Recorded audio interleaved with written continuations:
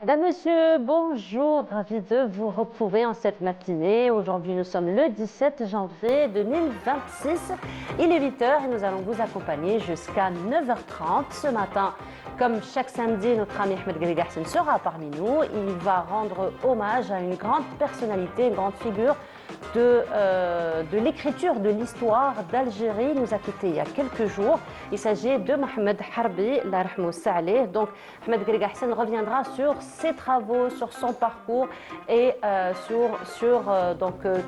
sa vie qu'il a consacrée justement à l'écriture de l'histoire de notre pays. Nous parlerons également de jeux éducatifs dans notre émission en cette matinée, puisque un auteur sera parmi nous. C'est un concepteur de jeux vidéo basés sur plusieurs questions, afin de élargir la culture générale de nos enfants. Un artiste sera parmi nous, un artiste pas des moindres, puisque lui travaille beaucoup plus sur la caricature, mais la caricature très très humoristique. Nous allons revenir sur ses travaux. Nous terminerons l'émission en compagnie de Hamid Rabouh, lui qui a réalisé dernièrement un documentaire de fiction d'ailleurs, où il a suivi Bennasseb Ben Chouhra, lui qui est un militant, et nous allons donc découvrir sa vie à travers le documentaire de Hamid Rabouh qui sera parmi nous. Amina Azeri sera également parmi nous ce matin. Elle reviendra sur ce grand engouement et ce grand retour vers tout ce qui est manuel, vers les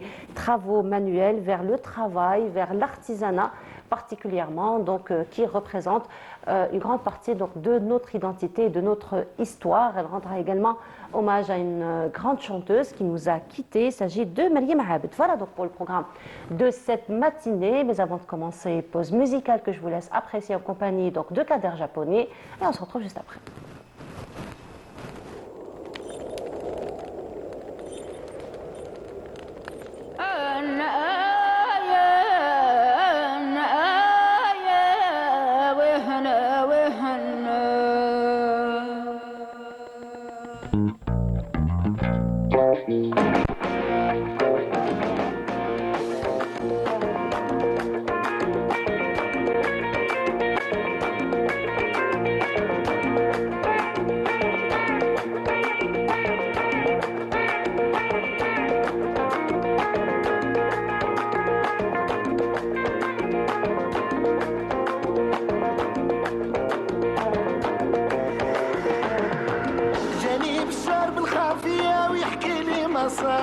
وقال لي اسمع ليا وهاكدي الخبر. جاني بشار بالخافية ويحكي لي ما صار، وقال لي اسمع ليا وهاكدي الخبر. في هكار نتلاقى وعلى طاسي لي غنى.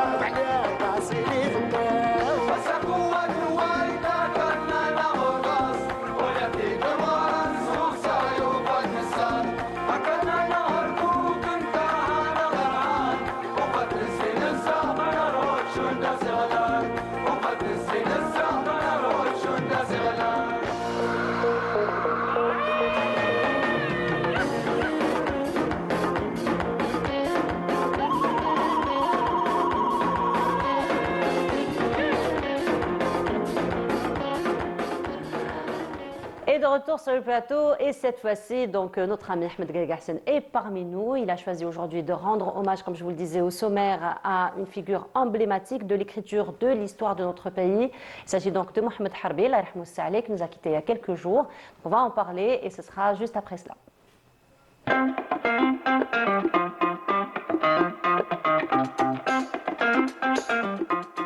Ahmed, bonjour.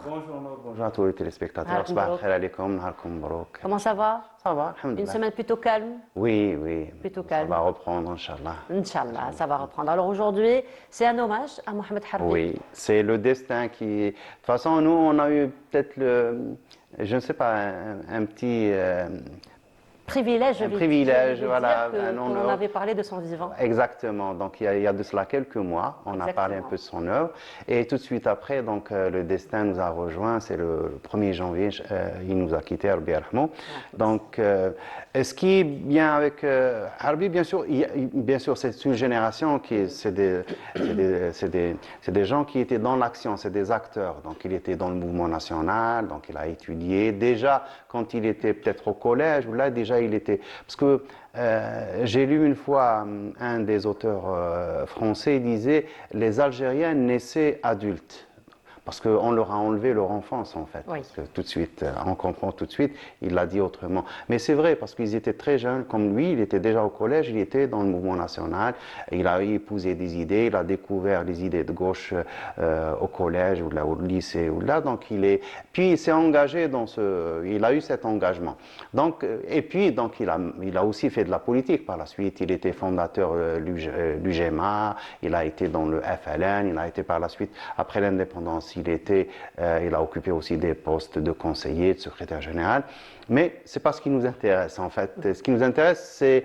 Il nous a légué, au fait. Exactement. Donc, c'est l'un des premiers à s'être engagé dans l'écriture de l'histoire et l'histoire récente de l'Algérie, ce qui n'est pas évident. Donc, moi, tu me demandes d'écrire ce qui s'est passé les dernières années, je ne sais pas le faire parce qu'on n'a pas assez de recul. Mais lui, donc, il a commencé à le faire déjà pendant les années 70. Il a édité plusieurs livres, donc, notamment sur le FLN, sur l'un des livres les plus... Je me souviens même, enfin à peu près, donc pendant les années 80, j'étais très jeune, mais le livre, quand il est sorti, donc les gens qui s'intéressaient à la lecture, notamment mon père, Allah yarhamou, donc tout le monde cherchait ce livre, parce que comme il n'a pas été édité ici, donc ils essayaient de l'avoir, ils le lisaient, ils se le passaient, parce que ça leur donnait des réponses à certaines questions qui se posaient eux-mêmes sur l'histoire de la Révolution, qu'est-ce qui s'est passé entre...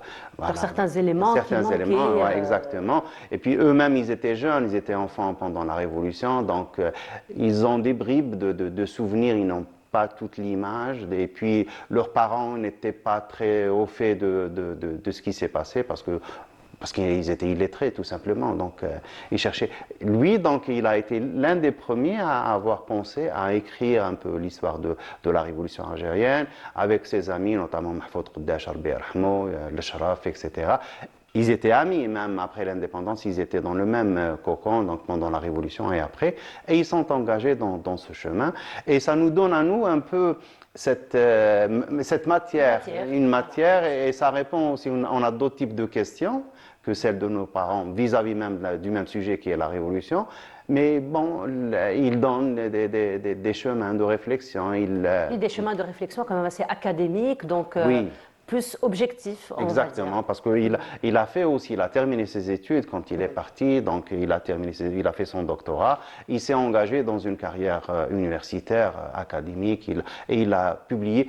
Et il est resté sur le même sujet, donc il a écrit sur la Révolution, autour de la Révolution, rien que pour la Révolution, donc le mouvement national. Et ce qui est bien, c'est qu'à la fin, il a pensé, donc déjà en 2001, donc il se sentait déjà vieux, il a écrit ses mémoires, donc il est quand même décédé à 92 ans, là, Ibark, Rabbi yarhamou.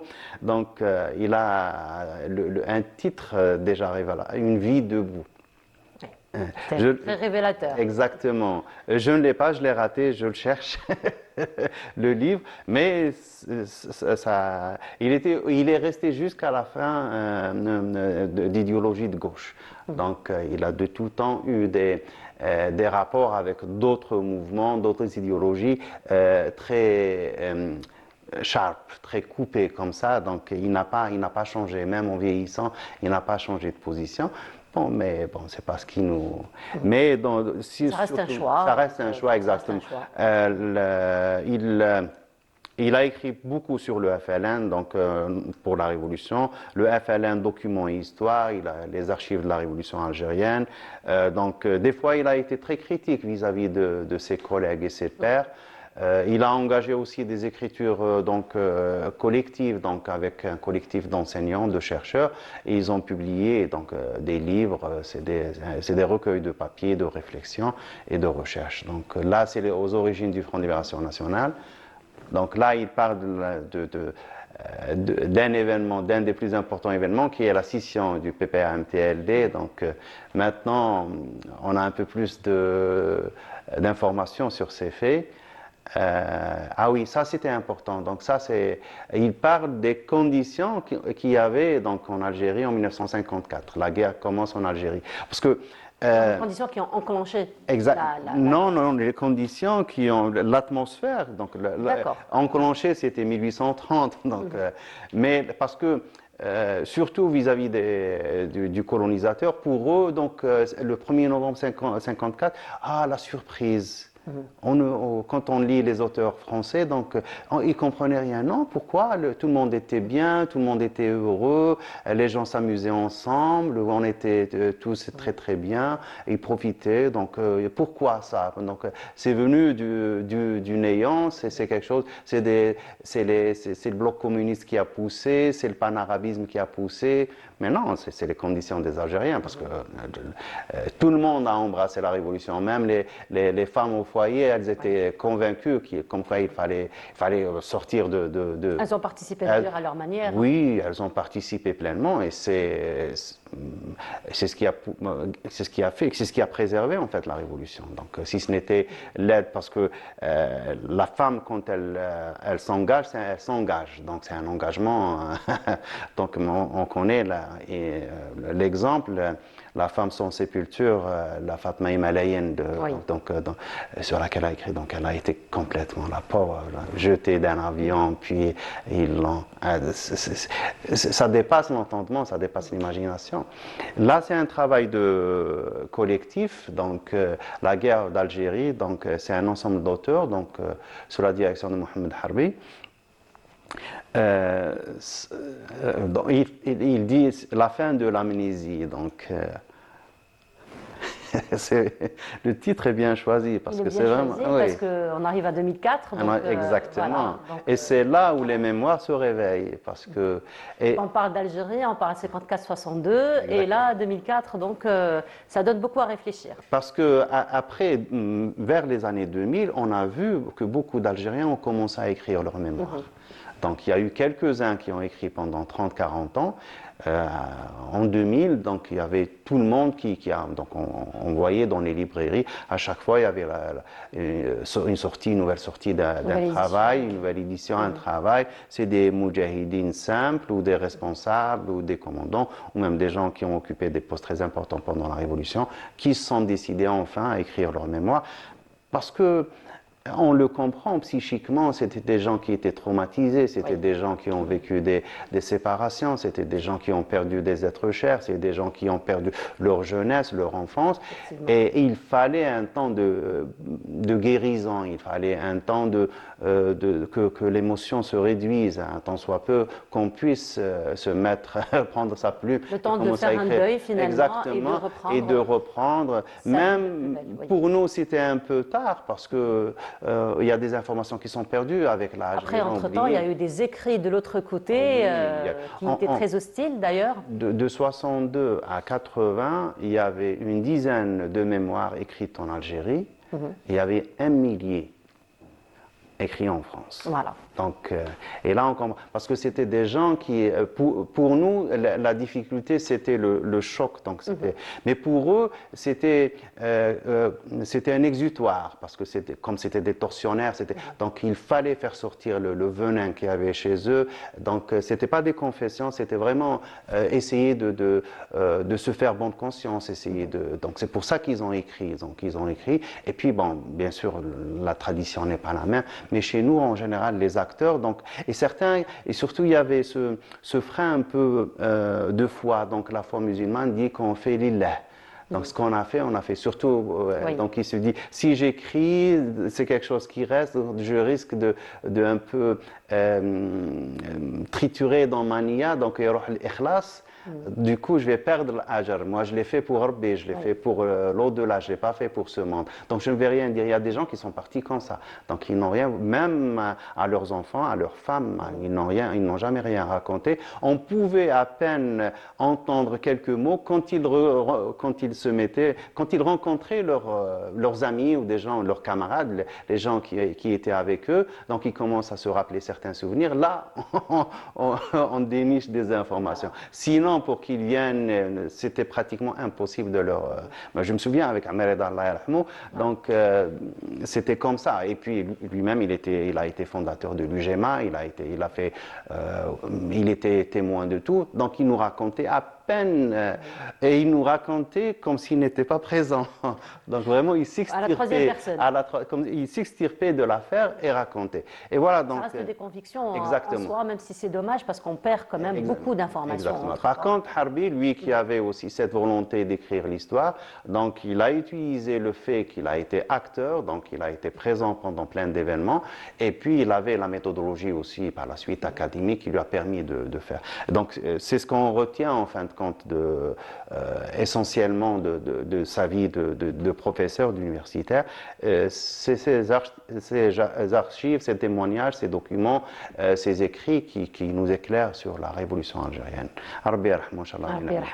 Effectivement, il nous a quittés cette année à l'âge de 92. 92. Et 6 mois. Donc il est né en juin, il est décédé au 1er janvier. Donc il est né en juin 33. Donc, et il est décédé en 84. Après, on rappelle que tous ces livres, c'est une véritable pépite, une véritable matière. Oui. D'ailleurs, même nous, lorsqu'on était petits, Ahmed, on nous demandait de faire des exposés sur une date particulière de l'histoire d'Algérie. C'était toujours notre référence. Oui, exactement, parce qu'il a été l'un des premiers. Et puis par la suite sont venus les autres. Mahfoud Qaddash, je crois qu'il a publié par la suite. Et puis il y a eu Saadullah qui a écrit sur le mouvement national en arabe, donc c'était nettement par la suite, 10 ans après, mais il a été l'un des premiers. Il y a aussi Mohamed Bidjaoui qui a écrit un peu sur la révolution pendant les années 60, c'est l'un des premiers. Le premier à avoir publié ses mémoires, c'était Mhidim Bchtazi, donc qui a donné plein de matière pour les gens qui ont écrit sur le mouvement national à travers le mouvement artistique, à travers le théâtre. C'était grâce à Mhidim Bchtazi. Donc pour te dire qu'on peut les compter, les mémoires qui ont été publiées pendant les débuts. Il y a eu l'écrit les mémoires inachevées, j'allais dire, de Hussein Aït Ahmed Allah yarhamou. Donc il n'a écrit qu'une partie, la suite n'est pas venue. Il y a eu l'autre, Malik Ben Nabi Allah yarhamou, qui a publié aussi ses mémoires. Donc autour de ça, il y a peut-être, je rate 2 ou 3, mais sans plus. Mais bon, par la suite, il y a eu beaucoup de témoignages, il y a eu des écrits. De toute façon, c'est un travail. L'histoire est un chantier de tout temps. Donc, on ne terminera jamais. On terminera jamais. Chaque fois, on peut revenir.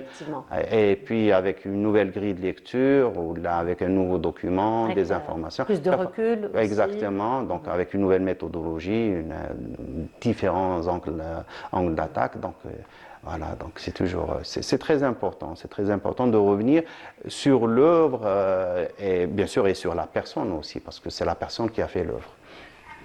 Voilà. C'est un bel hommage, encore une fois, qu'on a rendu à Mohamed Harbi. On rappelle que tu lui as déjà rendu hommage de son... C'était en octobre. C'était en octobre, voilà. Comme quoi, ça ne fait pas si longtemps que ça. Mais sinon, des événements en vue pour cette semaine ? Non, c'est la calmie. C'est la calmie. Je pense que les gens attendent le Ramadan. À l'approche de Ramadan. Exactement. Inch'Allah. Inch'Allah. Certainement à l'approche de Ramadan. En tout cas, merci beaucoup, Ahmed, encore une fois. On se retrouve samedi prochain. Inch'Allah, pour une autre belle rencontre, encore une fois. Et on continue. Cette fois-ci, nous allons aller à la découverte d'une très, très belle exposition donc de photographie de Amel Dekkar, elle qui a mis en valeur ou qui a fait la promotion donc, de l'Asbiba et mémoire, et c'est Faria Al-Hamdi donc qui s'est intéressé à cette exposition dans ce reportage et on se retrouve juste après.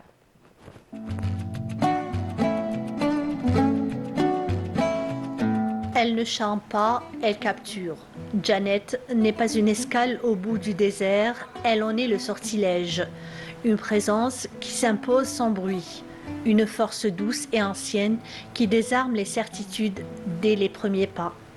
Elle, c'est Amel Dekar, photographe, reporter d'art, qui a immortalisé à travers ses photos en noir et blanc l'As Beiba, cette fête ancestrale profondément enracinée dans la culture touareg célébrée chaque année à Janet. J'ai commencé la photo en argentique, donc la pellicule, la chambre noire, et c'est pour ça que j'ai un grand amour pour la photo en noir et blanc. Voilà. Je voulais faire Janet, mais en bivouac. Et là, j'ai découvert je ne sais pas comment vous expliquer, parce que là, j'ai toujours c'est énorme, c'est très beau, c'est indescriptif. J'ai côtoyé les nomades, je dis pas que j'ai vécu avec eux, dans chaque séjour, je passe voir les nomades et discuter avec eux et passer un moment avec eux, et j'ai appris beaucoup de choses. Voilà. J'ai appris la patience, j'ai appris à être plus calme dans mes décisions, et beaucoup de choses, beaucoup de choses. Amel Dekar explore des techniques photographiques variées pour souligner l'émotion, les lumières et les gestes créatifs des modèles. Je trouve cette exposition vraiment magnifique. Donc ça retrace très bien l'histoire et je trouve donc les œuvres vraiment magnifiques, exceptionnelles. Comme toujours, voilà, je trouve que toutes les belles expositions qui sont exposées ici à la librairie ou dans le musée de la Casbah, donc c'est enrichissant aussi pour le tourisme et pour nos cultures différentes dans chaque endroit. Là, aujourd'hui, c'est bien avec les Touaregs, c'est vraiment très important. En même temps, là, ils fêtent une très belle fête qui est la Ashura et qui donne de très bonnes informations sur cette Ashura. En même temps, comment ils vont la fêter chez les Touaregs. J'ai vu le travail d'Amel lors d'un vernissage, d'une exposition, et ça m'a interpellée, surtout le couple que vous avez en grande photo comme ça. Et je trouvais qu'il y avait, c'est vrai que c'est âme et mémoire, on parle aussi de notre patrimoine, de tout ce qui nous reste, mais la librairie se veut aussi un dépassement. Pour moi c'est une icône. C'est surtout la femme, bon l'homme aussi, mais la femme, et j'ai vu beaucoup de signes à l'intérieur. Cette photo, elle a un dévoilement. Donc c'était comme une icône actentielle, elle pouvait donner encore à notre époque, parce qu'il y a une grande civilisation à l'intérieur. Dans plusieurs photos, on peut l'apercevoir, c'est une perception justement sur cette image, qui fait qu'il y a une résonance sur le monde d'aujourd'hui. Parce qu'elle est vraiment comme une icône de mode, elle donne dans la couleur, dans les accessoires, dans la manière dont elle tient le mouvement de sa main, les bijoux, tout est mis en œuvre pour qu'on comprenne ce patrimoine, qu'on ne le laisse pas stagner. Les chants féminins, lancinants et puissants, dictent le rythme. Les costumes, les bijoux d'argent, les voiles indigo font de l'As Beiba un spectacle visuel et spirituel unique. L'exposition As Beiba à mes mémoires se tiendra jusqu'à la fin de ce mois à la librairie Alamet.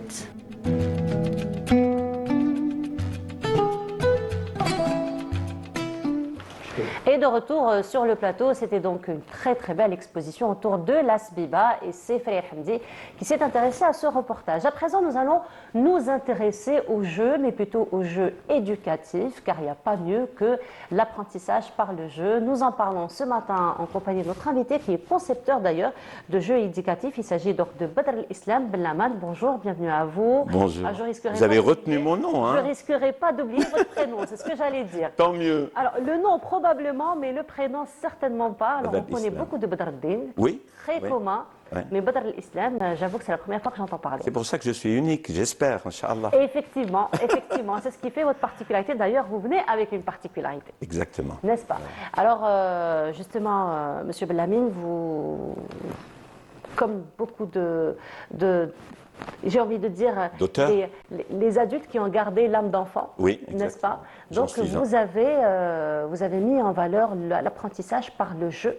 Donc c'est carrément des jeux éducatifs que vous mettez à la disposition des enfants, mais aussi des adultes, hein, parce que ça reste quand même un apprentissage, ça reste quand même, j'ai envie de dire, des jeux qu'on peut jouer à n'importe quel âge. Bien sûr, petit ou grand, moi j'ai toujours été convaincu par l'apprentissage par le jeu, ou l'enseignement par le jeu. C'est la raison pour laquelle, quand j'enseigne à mes étudiants, j'essaie toujours, quand je veux leur inculquer, par exemple, une expression, j'essaie toujours de chercher une chanson, voilà, pour leur faciliter. La dernière fois, je me rappelle, je voulais leur inculquer la structure ne que. J'ai cherché les noms dans mes connaissances, j'ai cherché une chanson dans mes connaissances, je suis tombé sur Ma ana illa bashar, Ma ana illa bashar. D'accord. Donc Ma illa. Et les étudiants l'ont retenu et l'ont chanté. Et je me suis dit, j'ai réussi à leur inculquer au moins un petit truc. Bravo, vraiment. Voilà, donc c'est l'ancrage que vous essayez de mettre en valeur. Donc là, nous avons deux à notre disposition. Donc Nibras, le premier. Nibras, c'est un concept qui plaît. Moi, déjà, j'ai été convaincu que ça pouvait être une manière d'introduire l'apprentissage religieux dans les cellules familiales, parce que c'est fondamental. Donc, c'est un livre, d'abord il est en arabe, sur le Coran, questions et réponses. Je pose une question avec 4 réponses possibles. C'est un QCM, qu'on appelle Fawazir en arabe. Je vais vous poser d'ailleurs une question, j'espère que vous allez répondre. Combien y a-t-il min soura de sourate في القرآن الكريم? Et je vous propose 90, 94, 102, 114. 114, non. Bravo Ali. Donc vous êtes digne de présenter avec Nour Houda comme prénom. Oh, vous incarnez. là, vous m'infligez une très grosse responsabilité. Hein. Et puis il y a la vie du prophète en français. Dans la collection, je m'instruis par le jeu. Oui. Et d'ailleurs, je vais vous poser une question. Ouh là là. Ouh là là. Ben oui, on est là pour ça. Hein. Oui. Alors, par exemple... Vous auriez dû me le dire, hein, moi j'aurais révisé mes leçons. Hein. J'ai pas voulu, justement, j'ai fait exprès.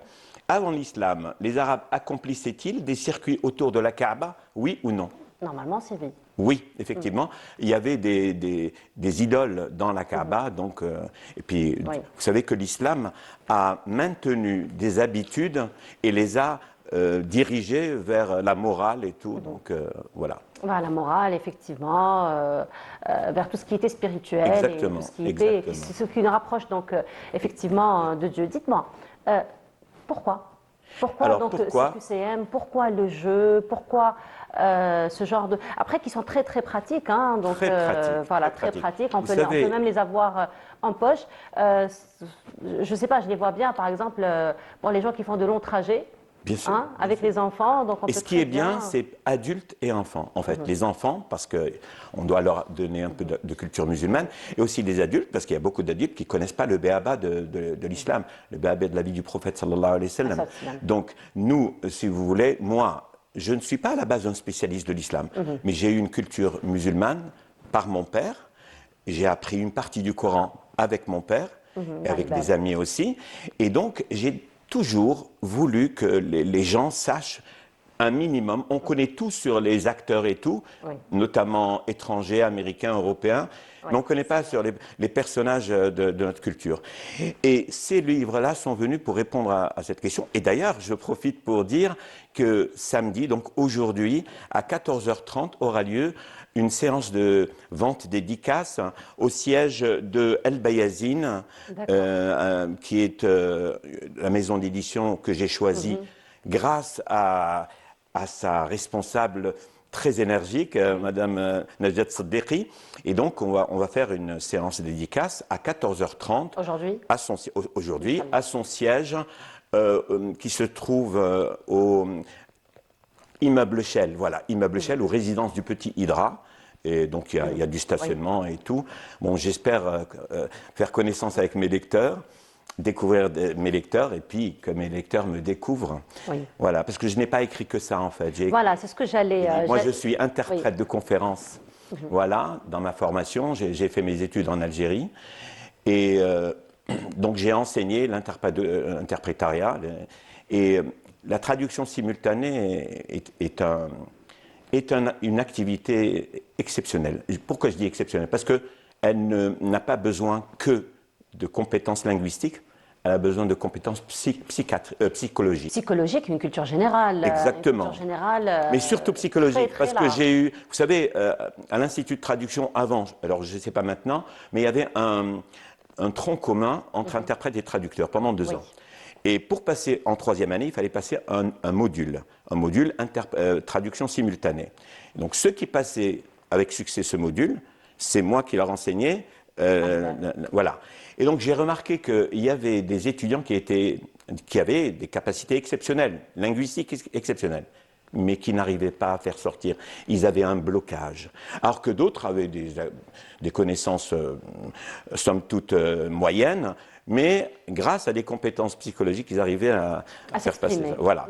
Donc, dans cette logique-là, donc moi, ayant eu une culture religieuse par mon père, je me suis toujours intéressé à toutes sortes de traductions. Par exemple, traduire le Coran, traduire des livres sur le Coran, des livres sur l'islam, et aussi traduire les langues. Pourquoi? C'est ce que vous avez fait d'ailleurs. Hein. Exactement. J'ai beaucoup de traductions en France, vu qu'à la base, je suis allé en France parce qu'on m'a proposé un poste de traducteur à la Grande Mosquée de Paris, parce qu'il y avait le recteur Cheikh Abbas, Allah yarhamou, qui, en fait, avait besoin d'un traducteur trilingue qui connaisse l'islam. Et son fils m'a dit, c'était tout désigné. Du coup, donc, je l'accompagnais au lieu où il avait besoin de communiquer en anglais ou en français. Du coup, lui, il parlait en arabe et moi, je traduisais en français ou en anglais. Donc, c'était ça mon métier. Et donc, dès le départ, j'étais passionné par ça. Et donc, du coup, j'avais besoin de traduire aussi. Et donc, j'ai traduit plusieurs livres sur l'islam, mais aussi sur la langue. J'ai, par exemple, sur la langue, c'est-à-dire? C'est-à-dire, je vais vous donner un exemple. J'ai un livre sur la traduction de 100 expressions idiomatique arabe. Ah oui, ça c'est très intéressant par contre. Je dis expression idiomatique parce qu'une expression idiomatique, ce n'est pas une expression que vous allez facilement trouver dans le dictionnaire. Oui, je vous donne un exemple. Un arabe, quand il reçoit une bonne nouvelle, qu'est-ce qu'il dit? Aslaja sadri hada al-khabar. Min as-salj. Parce que ce qui fait plaisir à un arabe, vu que l'arabe vient de l'Arabie, une zone très chaude, tout ce qui va faire plaisir, c'est quelque chose de frais. Alors que la traduction, elle est complètement au contraire. Ça m'a réchauffe le cœur. Voilà, exactement. Oui. Donc, on ne fait pas intervenir que des réalités linguistiques, mais des réalités sociologiques, climatiques, anthropologiques, environnementales. Exactement. Et j'ai aussi un livre sur les proverbes. Et je vous donne un exemple, l'importance de la traduction des proverbes. Quand vous dites en français, par exemple, vous dites c'est à l'œuvre qu'on connaît l'artisan. Oui. En arabe, on ne parle pas d'œuvre, on dit عند الامتحان, le jour de l'examen, يكرم المرء أو يهان. Alors là, vous me rappelez ma mère. Hein. Là, vous me rappelez ma mère, par contre. Alors, on entendait cette expression à chaque approche d'examen. Et c'est encore différent en anglais. The proof of the pudding, la nourriture, le gâteau, is in the eating. Oui. Donc, ça va être différent. Et c'est pour ça que je me suis intéressé aux proverbes. Et il y a plein de choses qui m'intéressent. Donc, j'ai écrit. Et puis, j'ai écrit aussi un recueil de nouvelles, de 5 nouvelles. Et le principe de ces nouvelles, en fait, c'est que c'est au lecteur de deviner si ça s'est produit ou pas. Parce qu'en fait, mes enfants me disent tout le temps, papa, mais tu nous as jamais raconté cette histoire. Il t'est arrivé plein de choses. Effectivement. Oui. Donc, des fois, c'est vrai et des fois, c'est faux. Voilà. Des fois, c'est de la fiction, mais qui reste quand même une inspiration de la réalité. Un imaginaire très, très poussé. Je raconte à mes enfants plein d'histoires qui croyaient vraies. Et puis, un jour, ils découvrent que, papa, tu nous as dit que c'était vrai. J'ai dit, est-ce que ça vous a perturbé? Non, donc ça, tant mieux. Du moment que ça participe à l'éducation, du moment que ça participe effectivement au renforcement de la personnalité, pourquoi pas. Voilà. Mais en tout cas, pour en revenir à ces 2 livres, franchement, c'est pas parce que c'est moi qui les ai écrits, c'est une mine d'informations. Oui. Vous avez des questions sur le côté technique du Coran, par exemple, savoir, je vais vous poser une question, des questions très faciles et des questions très difficiles. Une question facile, C'est le mumtana. من هو exactement من هو النبي quel est le prophète الذي يضرب به المثل في الصبر pour lequel on le cite comme exemple pour sa patience. Alors je vous donne 4. Isa, Daoud, Yunus ou Ayoub. Sidna Ayoub. Bien sûr, Sabr Ayoub. On le dit, Sabr Ayoub, d'ailleurs, dans le... Exactement. Vous savez, là, vous me faites rappeler aussi... à la base, je suis philatéliste, je fais la collection de timbres. Vous avez plein de talent. Si vous le dites. Allez, je vais le prendre comme compliment. Et on disait toujours que lorsqu'on a envie d'être philatéliste dans la vie, il nous faut Sabr Ayoub, Melo Qaroun. Et c'est une Amro, question. Voilà. Voilà, exactement. Que représente ce سؤال ماذا تمثل شخصية قارون في القرآن؟ Oui. Et السلطة المطلقة, الجهل المطلق, et parmi les questions, الثراء الفاحش. الثراء الفاحش. Par contre, il y a des questions difficiles. Et je pense que vous aurez du mal à trouver la réponse à cette question. ما هي السورة التي يذكر في كل آية منها اسم لفظ الجلالة الله. Dans chaque verset, il y a le mot Allah. Je vous donne 4. الممتحنة, المجادلة, المنافقون, التوبة. Là, vous posez une colle. C'est sorte المجادلة. Mujadala, ok. قد سمع الله قول التي تجادلك في زوجها وتشتكي إلى الله والله يسمع تحاور, et ainsi de suite jusqu'à la fin de la soirée. Ah ben voilà. Donc on apprend beaucoup. Et ce qui est intéressant, donc à chaque fois, effectivement, il y a la réponse à la question, Voilà, ça se présente comme ça. Mais ça pousse quand même. Les questions là voilà. et les réponses en bas. Donc effectivement, ça pousse aussi tous ceux qui vont jouer, tous ceux qui vont... Et nous sommes à l'approche du Ramadan. Hein. Oui. C'est pour ça que c'est le moment propice. Donc ce serait bien finalement de faire des jeux en soirée. Bien sûr, bien sûr. Et je serai disponible pour ça éventuellement. Et ensuite, il y a en français aussi, sur la vie du prophète. Donc la vie de Mohammed, le messager, dans le cadre de la collection Je m'instruis par le jeu. Et je vais vous poser une ou deux questions, hein, parce qu'on est là pour ça, n'est-ce pas?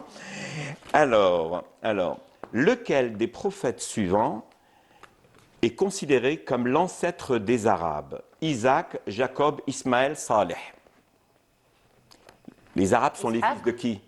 Ishaq, Yacoub. Non. Vous avez dit? Alors, Ishaq, Yacoub, Ismaïl, Saleh. Ismaïl. Bien sûr, Oui. Abna Ismaïl, Oui. nahnu. Deuxième question. Qui fut, alors plus difficile, hein, qui fut le premier à instituer le culte des idoles chez les Arabes?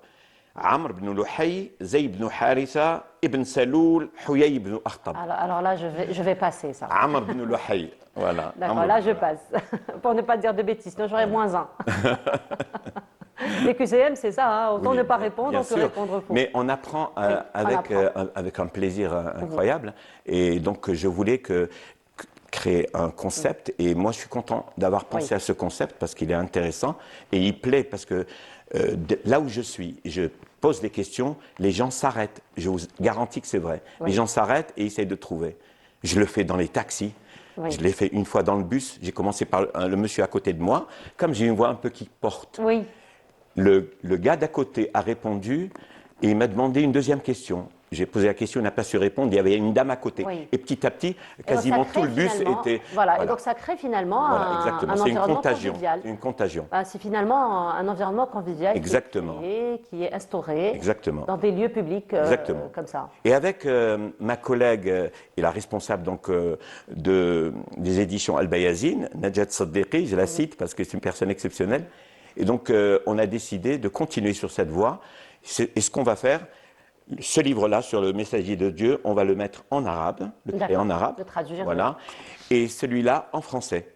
Nibras en français. Alors, le problème de Peut-être Nibras une en version français. anglaise très prochainement, parce que la génération d'aujourd'hui. Pourquoi pas se j'y met en penserai, anglais aussi. Voilà, hein. exactement. Et donc, ce sera aussi en français. Mais le problème, c'est qu'il y a des questions qui sont peut-être un peu compliquées à trancher. Parce qu'il y a des questions genre Atmim al-aya at-taliya, complète. Par exemple, Ya ayyuhan nasu inna khalaqnakum min dhakarin wa untha wa ja'alnakum shu'uban wa qaba'ila Lita'arafu. lita'arafu. Alors, il y a 4 possibilités.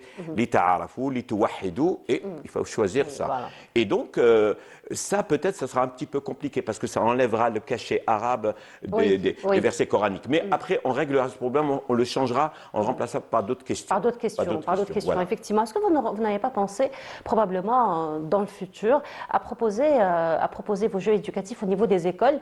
Parce que ça reste quand même. Voilà, parce que ça reste. Il vient de sortir. Il vient de sortir, effectivement. Voilà. Et comme il y a toujours la matière Tarbiya Islamia, donc l'éducation islamique, et ça pourrait, donc encore une fois, rendre la matière plus ludique. Je vous avoue, je compte contacter des autorités religieuses et leur proposer ça. Bien sûr, je leur donnerai la possibilité de les réviser. Bien sûr. Voilà. Donc moi, je n'ai écrit que des choses qui sont connues. L'avantage, justement, plus du Coran que de la vie du prophète sallallahu alayhi wa sallam, parce qu'elle dépend aussi des hadiths. Sur le Coran, vous pouvez, n'importe quelle question, par exemple, je vous ai posé la question sur Surat al-Mujadala, où il y a dans tous les versets le mot Allah, ben vous ouvrez le mot Surat al-Mujadala, vous allez chercher, vous allez trouver. Donc, je ne sors rien de ma tête, je ne crée rien du tout, je ne modifie rien du tout. Moi, le Coran, je le lis et je connais une grande partie du Coran depuis que j'étais petit, donc je suis familier. Voilà, donc c'est la raison pour laquelle je ne peux pas dire des bêtises. Effectivement. En tout cas, c'est toujours vérifiable. C'est ce qui est très intéressant dans ce genre de travail. En tout cas, on vous souhaite une très très belle continuation. Je vous remercie beaucoup pour m'avoir invité déjà. Alors, je vous le disais pendant que le reportage de notre ami Faria Al-Hamdi passait, Bonjour d'Algérie, c'est comme Fouara de Steve. Exactement. Voilà, donc celui qui vient, il revient toujours. Donc je peux, dès maintenant... Dès maintenant, vous pouvez réserver votre place. Vous êtes le bienvenu. J'espère revenir avec les livres que j'ai écrits, parce que j'en ai écrit beaucoup, 30 à 40. Hein. J'ai traduit par exemple Mohamed Mtouali Sha'rawi, qui a écrit sur Yom al-Qiyamah, qui a écrit sur Asma Allah al-Husna, que j'ai traduit. Et donc j'ai traduit aussi, mais là c'est en France, les deux derniers Juz Amma, les deux derniers hizb du Coran. Donc voilà, donc j'aurais pu les amener tous, je me suis dit, il y aura toujours d'autres occasions. Je vous ai dit, vous êtes bienvenus. En tout cas, rendez-vous pris ce soir, cet après-midi à 14h pour une vente dédicace. En tout cas, merci beaucoup. Je vous en prie. Ça a été un plaisir. Avec plaisir. Ça a été un plaisir de vous avoir reçu. On continue. Cette fois-ci, nous allons aller découvrir une autre belle exposition d'art. Il s'agit donc d'une exposition d'art du mood de concept au niveau de la Store Galerie. C'est Nawel Benjelili qui s'intéresse à cette exposition dans son reportage. Et on se retrouve juste après.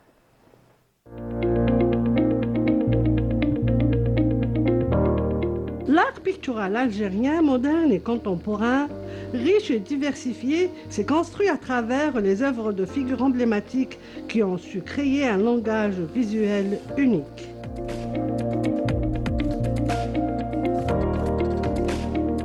En réunissant 5 artistes au niveau distinct mais profond, Media Mood Concept Store et Galerie devient héritier des ateliers et bouffées d'art, s'engageant ainsi dans la promotion de l'art, de l'artisanat et du design algérien. Je suis né dans une famille où il y avait un chanteur tchabi et un artiste peintre. Et avec le temps, la Casbah et tout, ils sont morts avec le temps. Et moi, je me suis dit, je vais essayer de fouiner ce qu'ils ont fait au Mafizouj. Et bien, ça a été très facile pour moi. Je suis passé au conservatoire avec l'Ancan. J'ai eu mon premier prix du conservatoire, les Beaux-Arts. J'ai eu satisfaction et je suis devenu ce que je suis devenu. Les toiles, c'est des toiles qui racontent la vie quotidienne d'un an. La vie de le bain mort, كنا صغار نروحوا مع والدينا يغسلوا لنا بابانا يمانا et tout. وثاني tout ce qui se passe sur le plan كيما قردايا مستغانم العواد هذوك les fantaisies et tout, moi ça me plaît beaucoup. Parce que quand des fois je fais des soirées, l'ouverture c'est comme le fantasia. C'est un peintre prolifique, c'est un peintre constant avec ses tableaux Il se bat avec ses tableaux. Parfois, il reste des heures et des heures. Et il nous arrive de nous critiquer, de discuter de l'étoile. Et la veille, nous, on fait des esquisses pour pouvoir les travailler le lendemain. Et chacun ses produits. Lui, c'est l'huile, moi, c'est l'acrylique. J'adore ses sujets, j'adore sa peinture et je l'admire beaucoup. Ça fait 40 ans de carrière. Guetta Zerarti, Assisen, Chegran et Bourdine ont créé un langage fascinant entre des tableaux aux sujets différents.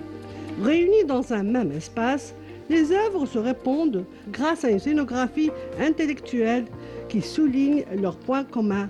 Ainsi, le visiteur découvre une diversité cohérente et harmonieuse. Une exposition collective à laquelle je participe, avec quand même 9 tableaux, mais qui se caractérisent par des techniques différentes. Là, il y a une série de 5 tableaux. C'est une technique plurielle sur carton. J'utilise à la fois l'acrylique, je commence par l'acrylique, et je termine par l'huile et le vernis. Il y a aussi une autre technique, c'est le collage.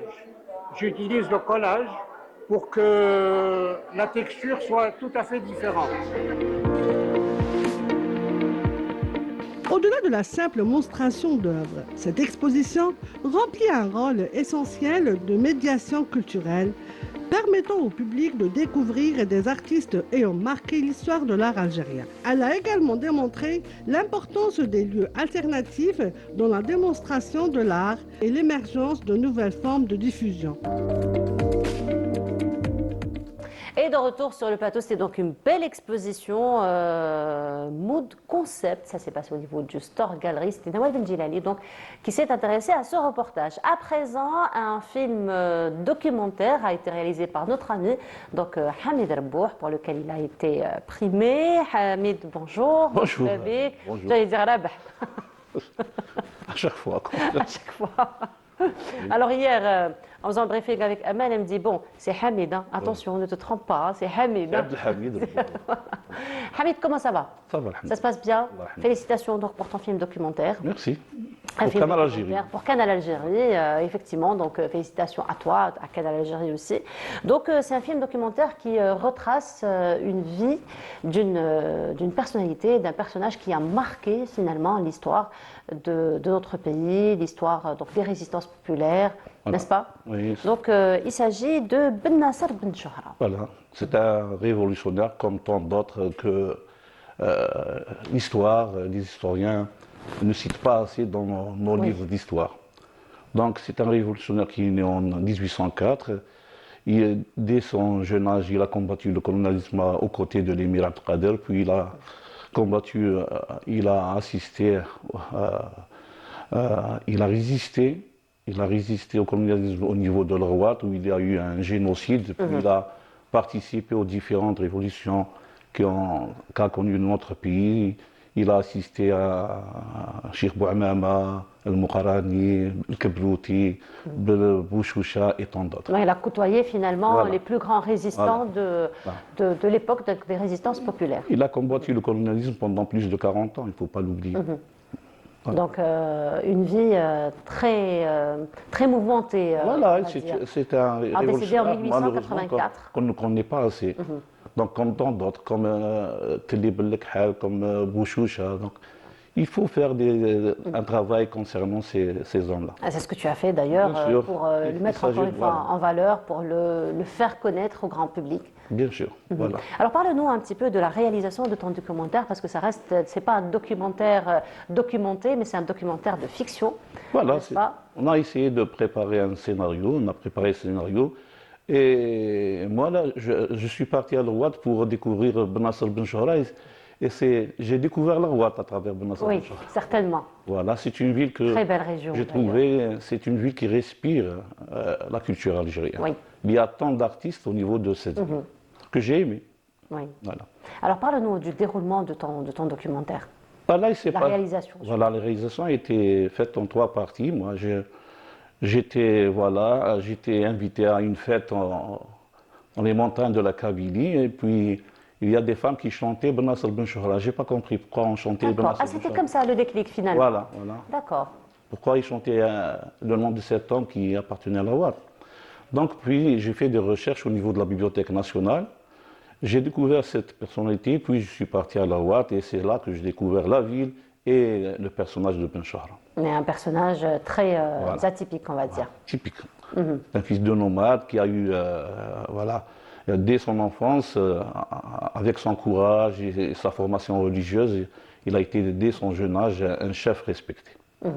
Voilà, et d'ailleurs très célébré jusqu'au jour d'aujourd'hui par la Rouat. Voilà, célébré chaque 4 décembre, voilà, cette date qui nous rappelle le génocide de la Rouat, parce que la Rouat a connu un génocide. Un génocide, C'était effectivement. le premier génocide sur l'histoire humaine. Voilà. Voilà, nous sommes justement en train, nous avons vu quelques extraits de ton documentaire d'ailleurs, là où on découvre un petit peu la ville. C'est vrai que la ville, elle est magnifique. Ah, elle est magnifique, la ville. Même les citoyens. Même les citoyens. C'est une ville qui est pleine d'artistes. Le film a été composé plein, c'est que de gens des Rouat.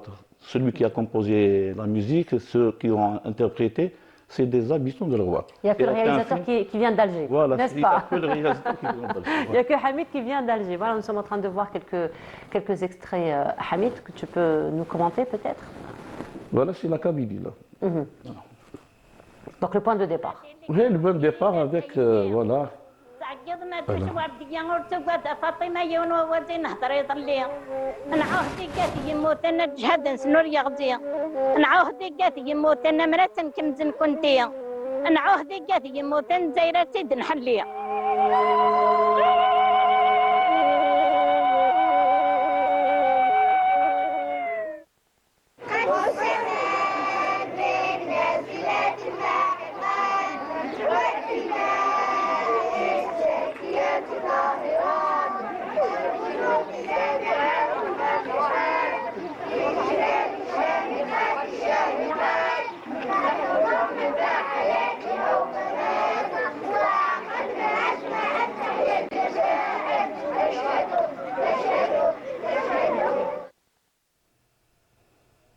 Toujours en Kabylie ou là on est C'est revenu toujours en Kabylie. Voilà, c'est une ville, les HLM, c'est au niveau d'Azazga. Oui. Voilà.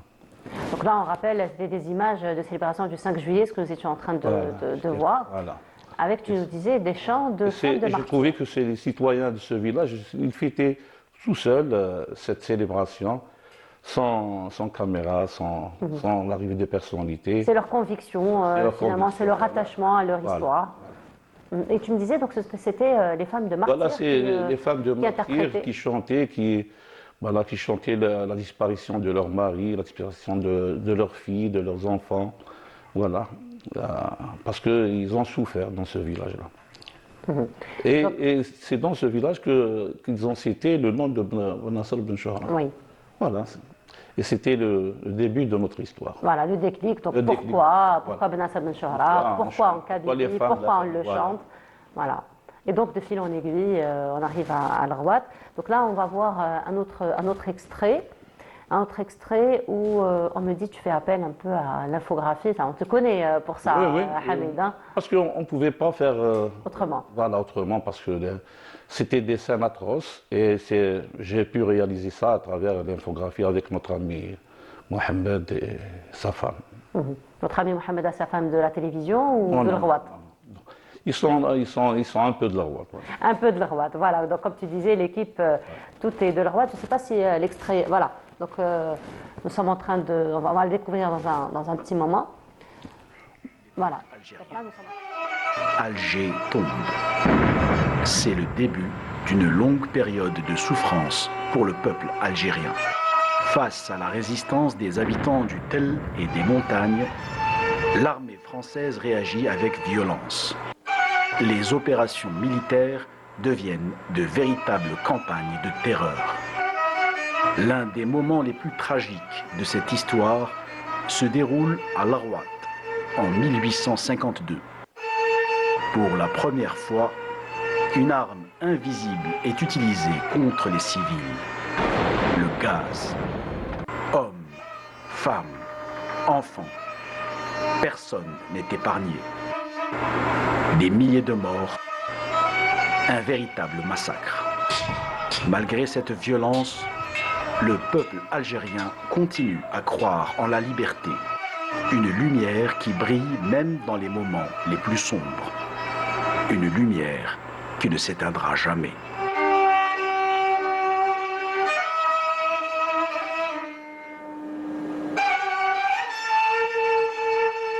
Décidé. Voilà, c'était donc, on est revenu un peu sur cet épisode, un véritable génocide donc, qui avait pour objectif l'extermination finalement de la population de la région. Donc nous sommes en 1852, c'est ça? Voilà, 1852, voilà. Moi, après avoir entendu le nom de Benasser Ben Chouhra, on est parti voir le Tej Maat en Kabylie. Voilà. Et c'est le Tej Maat qui nous a raconté l'histoire de Ben Chouhra avec les tribus kabyles. D'accord. Parce qu'une fois Ben Chouhra, il a aidé la famille à faire passer les familles du résistant Cheikh Haddad et Lahore vers la Tunisie.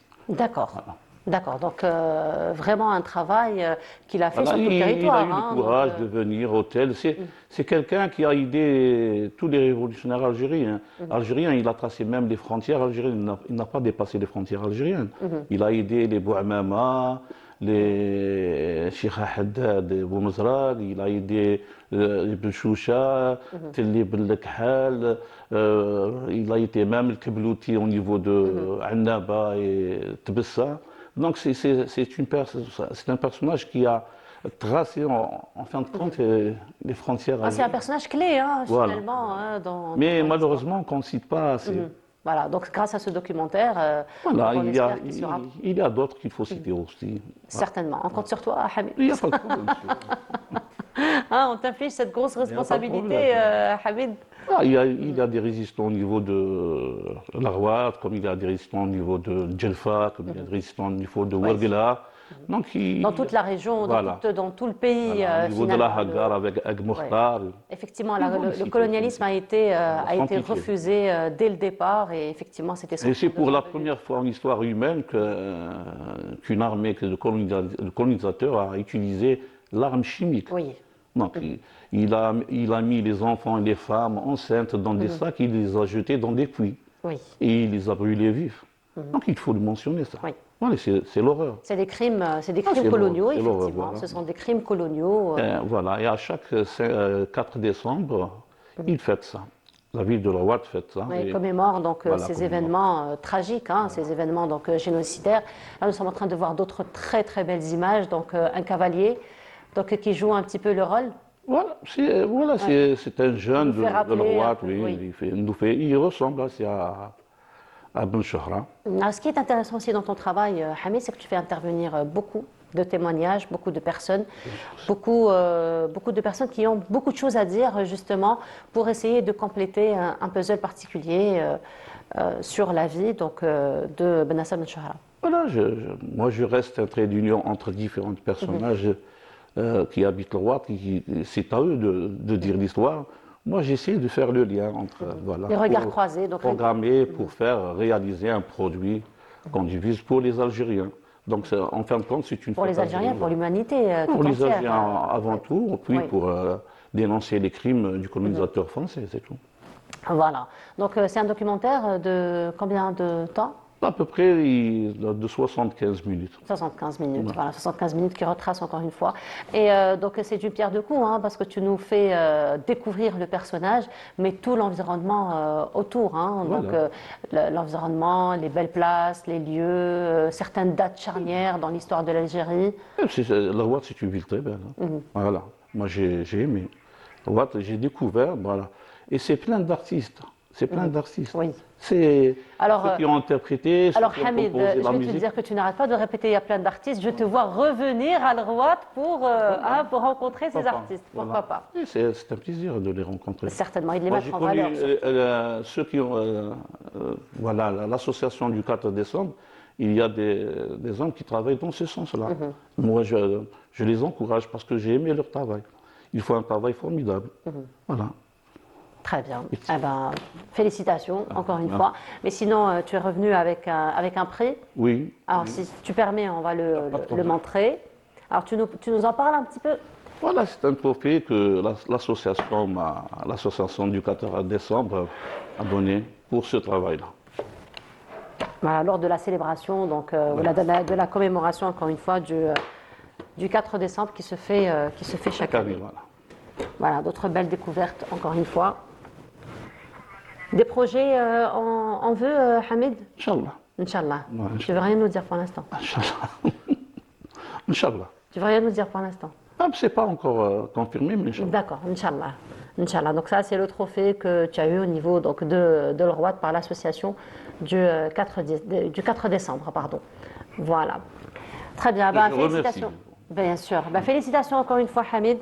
Merci beaucoup pour tout le travail que tu fais déjà pour la promotion de tout ce qui est beau en Algérie, mais aussi de l'histoire de l'Algérie. Hamid, merci beaucoup. On te retrouve très bientôt, Inch'Allah, pour un autre travail.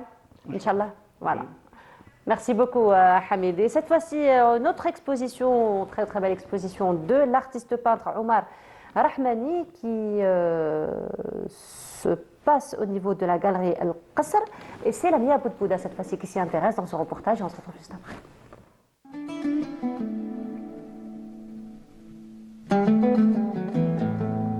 Caravansérail est un espace dédié aux arts et au design. Ici, vous êtes invité à un voyage d'essence pour découvrir le savoir-faire et le génie de nos artistes et artisans. L'espace compte une galerie d'art nommée Al-Qasr, tel un véritable palais de lumière où l'artiste Omar Rahmani nous ouvre les portes du désert. Par la couleur et les lumières, l'artiste nous fait voyager aux confins de notre majestueux Sahara.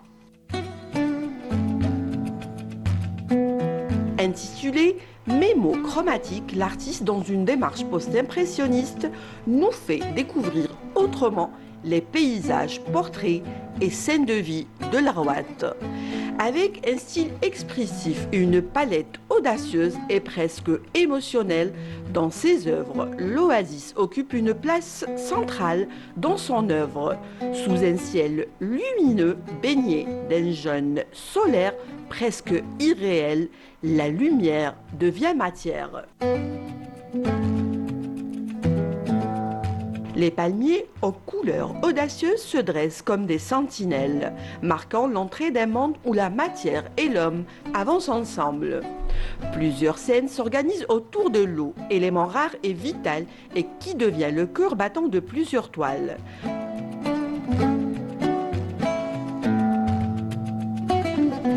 Dans une autre série, l'artiste capture des scènes du quotidien, jeux d'enfants, lavage du linge et autres scènes.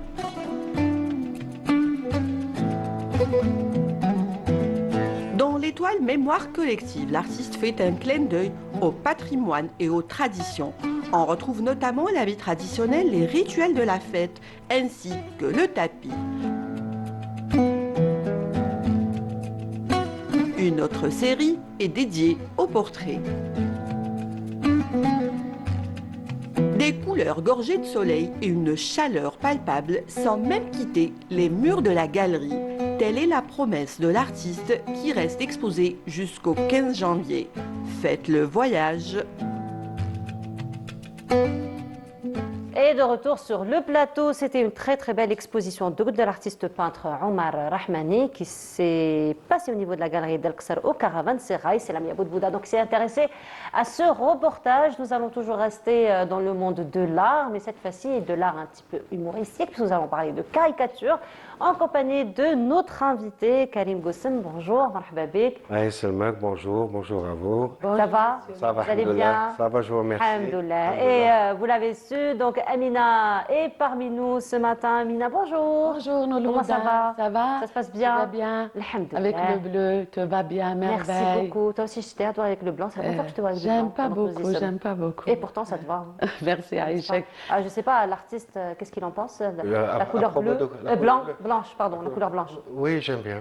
Oui. C'est la couleur. Après, vous faites un travail sur un fond blanc? Un fond blanc, exactement. Un fond blanc, voilà, donc qui qui met en valeur d'ailleurs En valeur, votre travail. Alors notre invité, je lui ai fait un petit chantage avant d'arriver. On est d'accord? Pour faire votre caricature, c'est ça? Voilà, j'ai demandé à notre invité de me faire une caricature de moi. Le problème, Voilà. c'est que j'ai pas... Vous n'avez pas votre matériel, je savais mais pas c'est que- pas grave. Je vous laisserai le faire à tête reposée. D'accord. Inch'Allah. Inch'Allah. Alors, Karim Gossem, justement, vous êtes caricaturiste, n'est-ce pas? Alors, parlez-nous un petit peu de votre histoire avec la caricature. Alors, mon histoire avec la caricature, ben, ça a commencé depuis que j'étais tout petit. Voilà. Ça a commencé avec les coupures de journaux, non? Pardon? Les coupures de journaux, non? C'est-à-dire? C'est-à-dire que ça vous a attiré au départ? Bien sûr, ça Voilà. m'a toujours attiré, c'est venu naturellement. Donc, je n'ai pas choisi la caricature ou quoi que ce soit, ça a toujours été naturel. Donc de tout temps, je dessinais mes camarades. J'ai commencé par dessiner mes camarades de classe, mes professeurs. Ouh là là, ouh là là. Ils savaient, les professeurs? Non, pas les professeurs, du mais tout. si, mes camarades de classe, ils savaient tout monter. Là, vous me faites rappeler une anecdote. Pendant que j'étais en train de surveiller un examen, il y avait un étudiant qui s'ennuyait. Ce qu'il a fait, c'est qu'il nous a tous caricaturisés. Et je lui ai dit, je l'apprends. Il avait très peur parce qu'il pensait que j'allais faire passer en conseil de discipline. Je lui ai dit non, je pense que c'est la plus belle chose que tu puisses faire et qu'il faut finalement suivre son instinct, hein, quelque part, parce que ça reste une âme d'artiste, quelque part. Oui. Eh ben, quoi répondre? Je ne sais pas. En tout cas, ça a toujours été naturel pour moi. Je n'ai jamais eu à faire des efforts ou quoi que ce soit. Et les camarades de classe pensaient quoi? Ils rigolaient. Et c'est vrai que la caricature, ça reste quand même un art qui est très prisé. Hein, Oui, voilà. Ça reste... Parce que la caricature en elle-même, c'est le fait de dessiner une personne en exagérant quelques traits, en restant assez gentil quand même. Mais avec les personnes très intimes, non, je me lâche. Donc, dès qu'il y a un petit défaut, par exemple, un nez ou un petit strabisme, une calvitie, là, je me lâche. Les personnes proches, on les plaint, hein, du coup. Hein. On les plaint. Vous nous avez ramené quelques caricatures qu'on va découvrir ensemble. Vous allez pouvoir nous les commenter. Et alors, vous utilisez les couleurs? J'utilise en général, quand je travaille dans des événements, j'utilise le papier, quelques stylos, des feutres, des stylos, des crayons de couleur. Voilà, nous sommes en train de voir. Alors là, ça fait rappeler la période Covid, c'est ça? C'est exactement, c'est une période qui vous a beaucoup inspiré? Oui.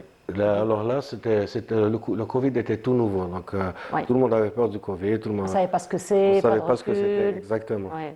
Donc, et donc là, on voit que les personnes sont en train de guetter le virus. Hein, le gros virus. Le gros virus, mais c'était gros, hein, c'est vrai que... Et là... Ouais, ça c'est le... Ah, ouais. J'ai pas osé commenter.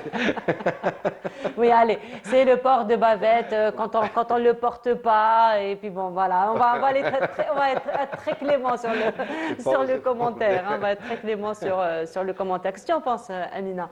Ça nous fait rappeler, ça nous fait rappeler.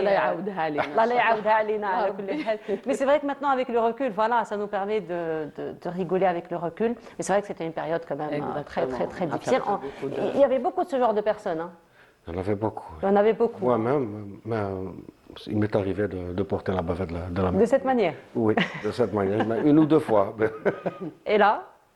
Et là, c'était exactement le jour des...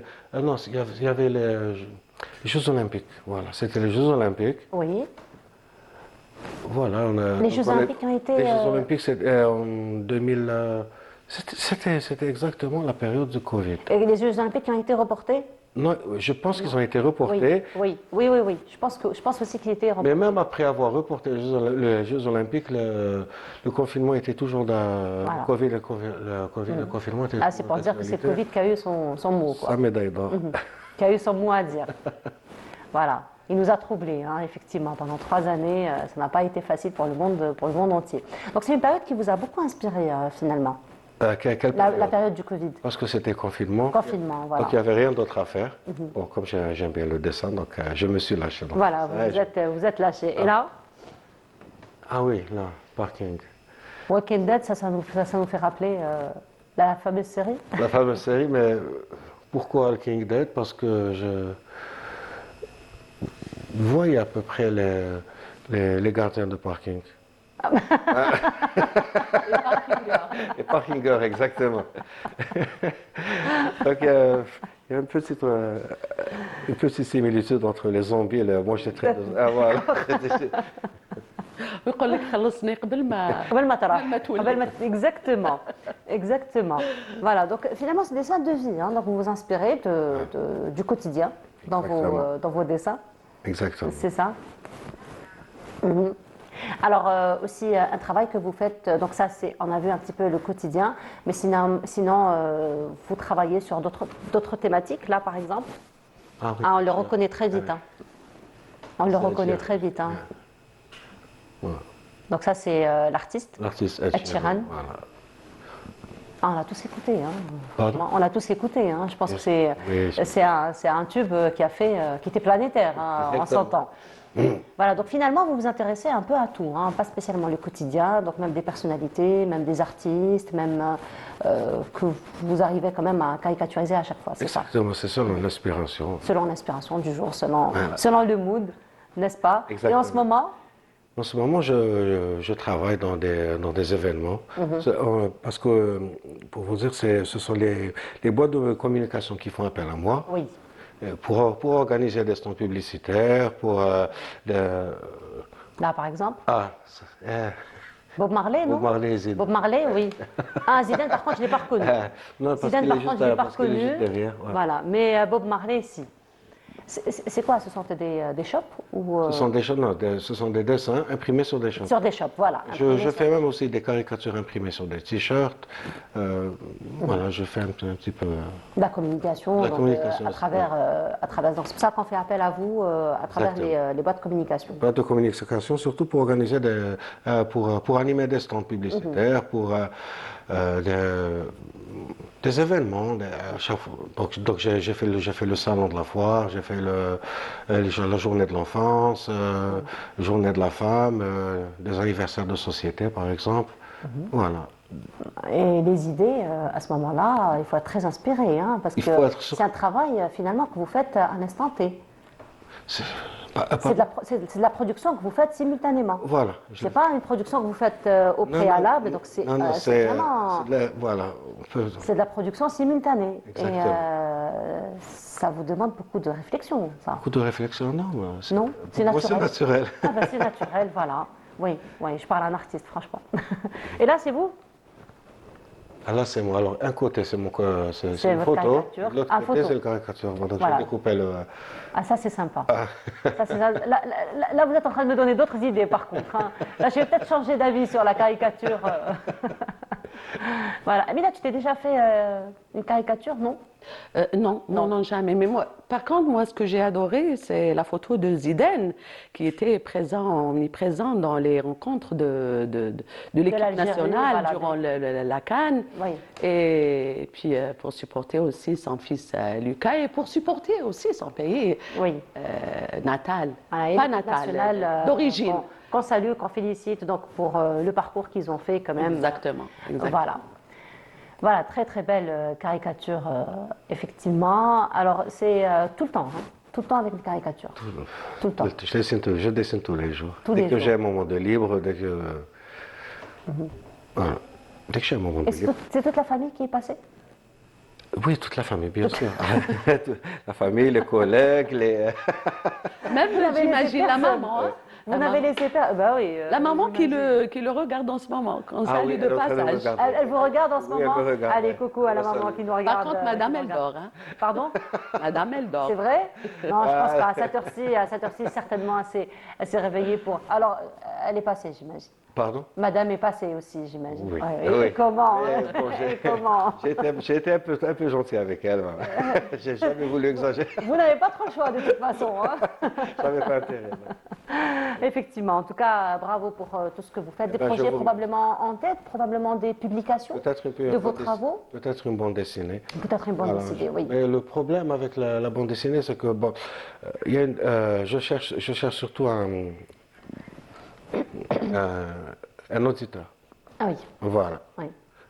Parce que pour les dessins, j'ai toujours dessiné naturellement, facilement, mais pour narrer, pour raconter l'histoire, un scénariste plutôt. Voilà, Oui, voilà, je voulais parler de scénariste. Allez, un appel qu'on va lancer ce matin, probablement, parce qu'il y a beaucoup de scénaristes, effectivement, qui sont à la recherche d'artistes qui peuvent traduire leur histoire, effectivement. Allez, un appel qu'on fait ce matin pour les scénaristes qui veulent collaborer.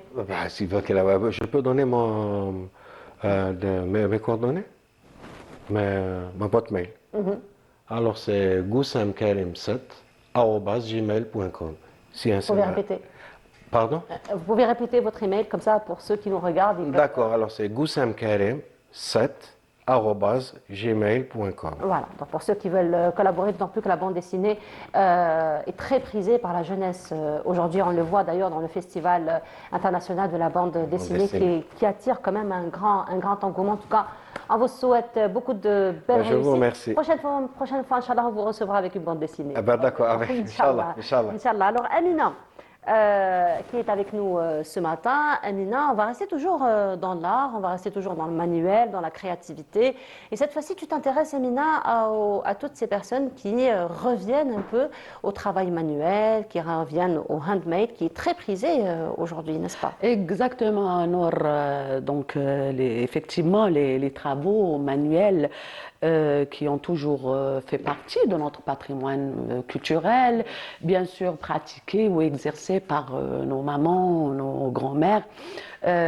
Malheureusement, on les a perdus ces dernières années. Ils sont en voie de disparition. Mais ce qui est important dans tout ça, c'est qu'il y a une nouvelle génération qui fait revivre ces travaux manuels, tels que par exemple la broderie, le crochet, le shbika aussi. Et donc, moi, je trouve ça formidable, justement. Quand je parle de ce sujet, je pense carrément à un proverbe bien de chez nous, qui est très connu d'ailleurs, dans le ورث تاع جدك اللي تقعد صنعت اليدين. صنعت اليدين. Et donc, bon, moi j'étais très jeune, je me rappelle, par exemple, les femmes se réunissent في زمان كانت ما كانش puisque c'est la semaine des dialectes dans le monde entier. Notre dialecte, il est considéré parmi les plus beaux dialectes. On en a plusieurs. Hein. Voilà. Et nous en avons plusieurs à travers l'Algérie. Donc, je vais essayer de raconter en dialecte en درجة. Alors, زمان كانوا النساء كي يقعدوا ما كانتش مرأة اللي عيب مرأة ما عندهاش صنعة ولا تشد يديها. كل وحده فيهم وحده تخدم طنيبر وحده تخدم شبيكه وحده et ce qui était bien ces femmes elles étaient toujours entourées de jeunes filles donc chaque femme avait une mission ou un devoir c'est de transmettre ses métiers ses travaux ses savoir-faire كيفاش وصل لينا هاد كيفاش وصلت لينا هاد الصنعه دونك كل عويطقه elle était là pour apprendre وحده تعلم شبيكه وحده تعلم les aiguilles et donc c'est pour ça que ces métiers se sont transmis de génération en génération et la preuve est là c'est que il y a ce grand retour à tout ce qui est travaux manuels et c'était tout un rituel donc ces femmes elles se réunissent généralement dans des patios par exemple في السطح ولا في وسط الدار ولا في الديار carrément et donc la majorité des femmes elles étaient toujours bien habillées en سروال الشلقة محرمة الفتول et donc très classe bien habillées bien parfumées هذاك الكحل في دوك العوينات. Si tu permets, Amina, vous avez déjà pensé à aller vers une caricature comme ça, des dames de semaine, pas encore? Ça va venir. Tout ce qui est trop sérieux ne m'a jamais je préfère les situations. Les situations plutôt, d'accord. Mais c'est une façon aussi de collaborer ou de contribuer à préserver toute cette richesse qu'on a, parce que c'est notre patrimoine culturel. Donc ces femmes, elles étaient là justement باش كل وحده كانت الهضره بالمثل. Ces femmes يحكوا على الهم تاع الدنيا مثلا par exemple هذوك les vieilles dames, elles étaient là pour orienter les petites jeunes filles, pour leur donner des conseils. Et puis ce qui est important dans tout ça, c'est que هاد العواتق par exemple le trousseau اللي كان لازم تخدموا بيديها parce que غدوه يقول لك احنا كي كنا صغار. Et puis elle commence à le préparer depuis son jeune âge. Exactement. Donc c'est pas comme aujourd'hui. Cette jeune fille qui était censée, elle était obligée aussi de préparer son trousseau. هذوك تلايق تاع الخزانه، هذيك دوزه للحمام لازم يتخدموا بيديها. Et puis هذوك لي دغا اللي يتخدموا بلا بودري بيدها، اللي يصبح العروسه يجوا ناس دارها يشوفوا واش جابت. دونك كلش مخدوم باليد. Et c'est pour ça quand on était jeune, alors les mamans تاعنا تقول لك اسمعي كي رايحه لديار الناس احنا نخلعوا واش رانا في دارنا ما نعرفوش احنا راحوا لدار الناس. مي هي كانت عندها معنى. دار الناس تقول لك شوفي كيفاش رباتها يماها وجات بصنعتها وجات. دونك تو سا بور دير كو il y a un grand retour à ces métiers, à ces travaux. Et d'ailleurs, par exemple, actuellement, dans les marchés, on trouve quand même des produits importés de plusieurs pays, notamment de la Chine. Mais les Algériens préfèrent tout ce qui est algérien parce que عندها علاقة كاين فيها une histoire, كاين فيها حكاية. Donc كل وحدة تقول لك par exemple هذيك خدمتها مع ما grand-mère هي اللي علمتني. دونك كي تشوفي ديك الحاجة par exemple البنيقة actuellement qui revient en force. تشوفي العواتق في التروسو تاعها لازم هذيك البنيقة. دونك البنيقة تانيك عندها حكاية نحكوها كشي نهار. mais c'était quand même c'est tout un rituel. تتفكري واحد المرحلة تاع صغرك، هذيك جداك ولا مانك اللي كانت معاك وعلماتك باش تخدميها، ولا ديك لافوازين جارتك اللي تعاودي تشوفيها تقولي لها تيان انت علمتيني انا فهمتي. donc tout ça pour dire aussi que ces travaux ça fait toujours partie de notre patrimoine culturel. Et aujourd'hui moi je pense qu'il est temps de penser à, pourquoi pas à enseigner ces travaux dans des écoles. D'ailleurs, tu me le fais penser, Amina. Je ne sais pas si vous avez entendu parler de ça, mais il y a beaucoup, en ce moment, en tout cas, je les vois tout le temps sur mes réseaux sociaux, des instituts, des petites écoles, des ateliers comme ça qui ouvrent leurs portes un peu partout dans le pays et qui offrent justement des ateliers, des formations autour de ces travaux manuels tirés tout droit du patrimoine, autour d'ailleurs d'un SNI. Voilà, c'est pour recréer finalement le qa'da t'a zman. Donc c'est toujours le café qahwat al-asr, etc. Et il y a donc une dame qui vient enseigner tout ce qui est crochet moderne. Aujourd'hui on en parle, et tous ces travaux manuels qu'on connaissait justement auparavant. Donc pour faire revivre ces traditions. Exactement. Donc il ne faut pas aussi oublier qu'actuellement il y a aussi des femmes qui font ça bénévolement. Oui. Donc une femme تقول لك أنا je suis prête à transmettre c'est un art.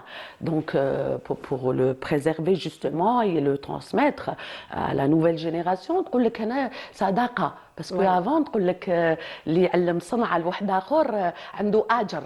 فهمتي؟ Et c'est pour ça c'est-à-dire les métiers ولا الصنايع وصلوا de génération en génération. Et puis ça reflète l'image de l'Algérie.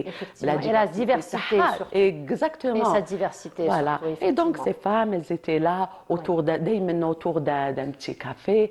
قهوة هذيك القهوة الملقمة تاع الزهر. الزهر هذاك المرش المحطوط تاع الماء زهر باش ديري هذيك القطيرة تاع. Donc c'est tout un rituel. Et je pense que avant quand j'étais jeune à l'école à la fin quand on termine par exemple كي نكملوا القرايه تاعنا تقول لك تعلموا برودي تعلموا الكروشي كيما تعلمي لا ميوزيك le dessin. Oui. Donc, tu ne te rappelles pas parce que tu es très jeune. Si, quand même. Trop jeune. Quand même. J'ai eu beaucoup de compliments aujourd'hui, pourvu que ça dure. Alors, Amina, en plus des travaux manuels, donc on a parlé de toutes ces femmes, il y a aussi toutes ces femmes aussi qui chantent le pays, qui parlent du pays, qui écrivent pour le pays. Et aujourd'hui, tu as choisi de rendre hommage à une grande dame. À une grande dame. Donc, كي نقول لك بهجة مدينة الجزائر التايهة على البلدان بيضاء ومن الهلال الناير مثل القصور والبنيان فيها القطب الرباني فيها سيدي عبد الرحمن. On pense carrément à une grande dame, un pilier de la chanson algérienne qui a marqué vraiment l'histoire de la chanson. Il s'agit de Myriam Abed, Allah يذكرها بالخير. Elle est toujours vivante, ربي يطولها في عمرها. Et donc elle était actrice, elle était aussi animatrice de radio et elle était chanteuse. Donc parmi les plus belles voix qui ont marqué l'histoire de la chanson et de l'art en Algérie. Elle était animatrice dans une radio où elle a animé justement une émission destinée aux enfants, Jannat al-Atfal. Donc moi, j'ai pensé à cette femme aujourd'hui à l'occasion de son anniversaire. Elle est née au mois de janvier. Donc c'est une école et elle a de très belles chansons. Elle a chanté aussi une chanson qui va rester bien sûr dans les mémoires sur l'Algérie, sur Chouhada, Rabbi yarham Chouhada Kamel. Donc c'est une chanson que j'ai adorée et que tout le monde adore, où elle a vraiment rendu hommage à tous les Chouhada. Allah yarham Kamel Chouhada ta'na. Donc on écoute un extrait de cette chanson, Myriam Abed.